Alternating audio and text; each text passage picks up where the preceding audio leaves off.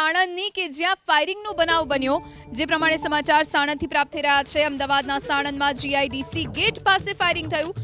શાળાએ જ બનેવી પર ફાયરિંગ કર્યું। સાણંદ પોલીસની ટીમ સ્થળ પર પહોંચી છે અને આ બનાવને લઈ અને વધુ તપાસ હાથ ધરવામાં આવી છે। આખરે કઈ બાબતે શાળાએ બનેવી પર ફાયરિંગ કર્યું તેને લઈ અને તપાસ હાથ ધરવામાં આવી રહી છે। સાણંદ પોલીસની ટીમ ઘટના સ્થળ પર પહોંચી છે। અમદાવાદના સાણંદમાં જીઆઈડીસી ગેટ પાસે ફાયરિંગની ઘટના બની છે।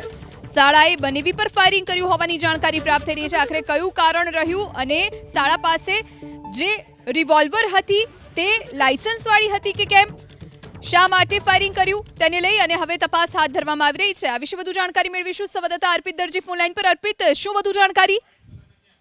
સાણંદ જીઆઈડીસી પાસે ફાયરિંગની ઘટના બની છે, જેમાં સાણંદ પોલીસ અને જીઆઈડીસી પોલીસ બંને આ ફાયરિંગની તપાસમાં લાગેલી છે। શાળાએ બનેવી પર ફાયરિંગ કર્યું હોવાની પ્રાથમિક માહિતી મળી રહી છે। શા માટે ફાયરિંગ કરવામાં આવ્યું હતું, ફાયરિંગનું કારણ શું હતું, એ તમામ કારણો હાલ શોધવામાં આવી રહ્યા છે।